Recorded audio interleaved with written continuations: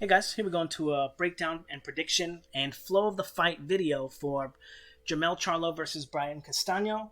And we're going to be taking a look at, first, we're going to be taking a look at kind of Brian Castano and what he likes to do. And one of the things he is kind of like I would say, an orthodox version of Errol Spence. He fights a lot on that shoulder feint timing of getting on the line with his opponent, and then when they get on the line with him, they're usually making an attack, and he likes to read that timing and set up attacks, right? So here he is in that clip, setting up an overhand right as a trap for his opponent's lead hand, right? His opponent's jab.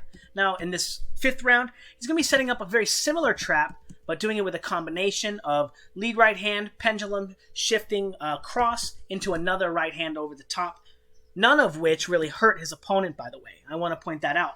But he likes to fight on that shoulder feint timing, and what do I mean by that? Well, as his opponent is making it to the line here, this is the timing in which he likes to attack his opponents. Okay, so as he meets on the line here, he likes to throw these punches. And as we can see in the first round, his opponent is already figuring that timing out.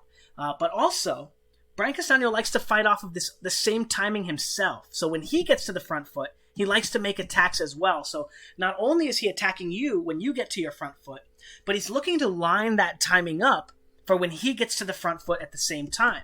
As we can see here, when he gets to the front foot with his opponent, he shoots the jab, boom. And that's his way of controlling him and stopping his opponent from making attacks on him when they both get to the front foot, which in theory is going to give him the advantage when they get to the line if his opponents respect those punches, okay? Now, the problem for Castano, he doesn't really set these punches up. He doesn't really feint or probe, and that means that he's punching when he's moving his hands or when he's moving anything. And that means that sometimes he's really easy to disrupt. As we can see with these jabs here, it's not that difficult to push him off of his line. He's not really a counter puncher or whatever.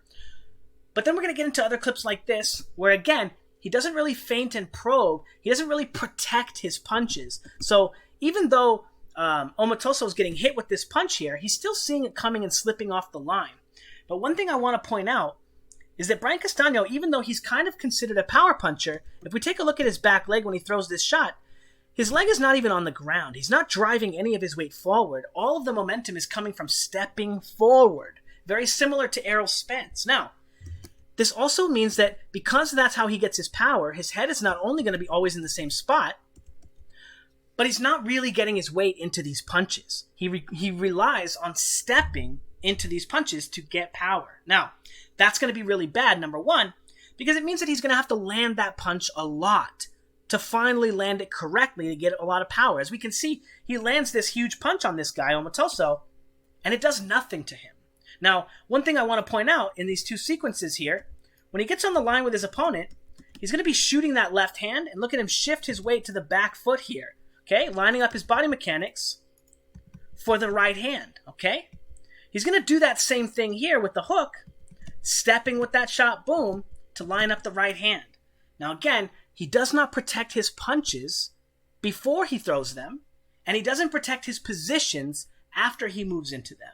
Which means that not only is he going to be vulnerable when he punches, but he's going to be vulnerable after he punches as he gets stuck on the line. Now, how is the fight going to go if it goes in favor of Castano? Well, this clip here is very similar to what it's going to look like. Number one, they're going to be trading punches with each other. Now, Castano is getting his head off the line in this clip, but he doesn't usually have any head movement. So this is kind of an outlier punch, but I included it to show that he doesn't really have very much power because he hits this guy dead on with his right hand as his opponent is throwing his own right hand, and he's not able to hurt him. Again, even though he's considered a power puncher, his technique is pretty rudimentary. He relies on stepping into his punches, and when he does it, his technique is not good enough for him to actually hurt an opponent. So he's going to have a very difficult time hurting someone as strong and explosive as Charlo with these kinds of punches, especially when he has the bad habit of sitting his head on the line. Now again, this clip is going to be the best case scenario for Brian Castano, okay? And boom, boom, he's still getting hit when he's sitting on the line doing nothing after just laying into his opponent. And this, again, this could be a very, very similar pattern to what actually happens in the fight, okay? But there are going to be other patterns as well. And I just wanted to point out here in this last clip here that, again, it's not very difficult to disrupt him, right? And I think that the jab here, especially, is going to be a very big a very big and rewarding punch and strategy for Jermell Charlo. Okay, but I wanted to also point out that Omotosao has a very similar style and very similar technique and presence on the line, as he likes to stay here on the front foot, okay, which is what Brian Castano likes to attack. Now, we're going to take a look at Jermell Charlo doing very similar stuff here against Jason Rosario. Now, Jason Rosario fought with a very similar style with that kind of getting onto the front foot pressure, okay? Now, I think that Jason Rosario is a much better version of Brian Castano, and Jermell Charlo already beat him, right? So I don't think that it's any stretch to say that this is going to be an easy fight for Jermell Charlo. Now, what do I want to talk about? Well, Jermell Charlo likes to use his jab, but he likes to fight on that timing. But he also likes to attack his opponent's back when they throw punches at him. He's very active with that kind of get-back mentality. And the style of offense that Brian Castano was presenting with the one-punch-at-a-time style and then keeping his head on the line is going to be very, very dangerous fighting someone like Charlo, who, again, likes to counterpunch, right? Even though he's not a great counterpuncher, he's going to find your head if you sit it on the line. And Brian Castano, as we saw, he doesn't really get his weight into his punches. He doesn't really turn his punches over. And he doesn't really get his head off the line when he's making those big attacks. So I think there's going to be a lot of vulnerability there. Now, this right here, this sequence here is going to be best case scenario for Brian Castano against Jermell Charlo. Okay? This sequence here, this is about as close to Brian Castano or as close to what Brian Castano could hope for against Jermell Charlo as possible. And what I want to point out is that Jason Rosario's defense during this sequence is very, very impressive, okay? It's very impressive. Rolling under the line here, controlling, fighting him with the uppercut here into the body shot, getting his glove up to block, shooting the shot. He's not really taking any punches on the line with him because of his head movement as well. Maybe he takes that shot, but not taking this shot, getting his head off the line, getting his head off the line with this hook. And Brian Castano does not have the ability to move his head.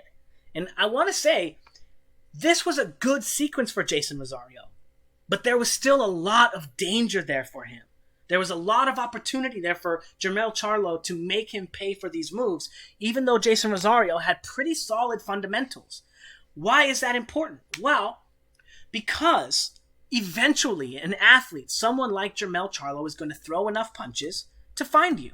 And here he is, being attacked on that same shoulder feint timing, that same aggressive feint timing when his opponent gets to the front foot by Jason Rosario. And I want to point out, I just want to go back to that lead hand control. He's ready for it. He's catching that punch. Every time he gets to the front foot here, he's ready for Jason Rosario to attack him. He's ready to make a defensive movement. Except for right here, he gets in that position and gets attacked, right? But then he's right back on it, right back on the rhythm, getting control of that lead hand there, not allowing it in, blocking this shot, getting away from the next one, and following the rhythm and the pace of Jason Rosario in a very similar manner that Brian Castano was going to be fighting with his shoulder feint timing, with his need to throw punches when he rocks forward onto his front foot. And again, why is that important? Well, because even though Jermell Charlo didn't counter very much during this sequence, okay, eventually there's going to be an opportunity for him to find his opponent on the line. And Brian Castano does not get his head off the line enough to not take punches like this, okay? So in the last clip, Jason Rosario had pretty decent head movement. He moved around pretty well. He may have taken a punch or two in the sequence, but there was not any opportunity for Jason Rosario, even though he was lighting him up. There was not very many opportunities for him to actually stop Jermell Charlo from throwing punches at him, controlling him, right? With only the use of the shoulder feint timing. And again, that's going to be a huge problem for Brian Castano because he doesn't protect his punches and he doesn't protect his positions. So that means that he's going to be controlling the space with punches. He's going to be controlling the space with his attacks, which means he's going to be finding himself on the line with Jermell Charlo much, much, much more often than Jason Rosario did. And Jason Rosario didn't make it out of the fight either. Okay, so what's my prediction for the fight? I'm predicting the fight's going to look very similar to this, with Brian Castano coming forward on that rhythm and then getting smacked up and caught with big punches as soon as Jermell Charlo gets the confidence to let them go. Okay? I don't think it's going to take long, but if you take a look at this clip, in this clip, Jason Rosario's not protecting his punches. He just gets on the front foot, shoots the jab, and Charlo's catching him with a giant leaping left hook into a big right hand right here, and that drops Jason Rosario. Now, we're going to play a little bit of the clips from Brian Castano, and you can see all of his attacks come off of getting off that front foot. He likes to match your rhythm and meet you on the front foot at the same time, so he can use the momentum from stepping into his punches to layer them and add power to them. Okay? Again, he doesn't really have very good head movement, and in spite of the fact that he set that punch up perfectly and landed it perfectly, he has no power. In spite of the fact that he steps in with these shots, here, look at how his back foot is not on the ground at all. Okay? He doesn't actually get to drive any weight into this punch. It's almost all arm punch, even though he's still stepping into it. So, my prediction for the fight, for as long as Brian Castano comes forward, this is going to be an exciting fight. I don't think that Brian Castano is going to have very many opportunities to be stepping in and jumping into punches like this against Jermell Charlo. As we can see, he likes to jumping in here, and then he likes to jumping in here. Boom, boom, right? Giving a double pendulum step there to close the distance. Again, I don't think he's going to be able to do this against Jermell Charlo. I think Jermell Charlo is going to be able to counter him and catch him with shots. And I think that the second that Brian Castano comes forward with a punch he didn't set up, and Jermell Charlo has the confidence to do it, he's going to knock him out. Anyway, if you guys would like to check out the full fight film study of this, check it out on Patreon. It's $10 to sign up. It's $10 a month. And there are hundreds and hundreds and hundreds of other videos. So check them out. Thanks, guys.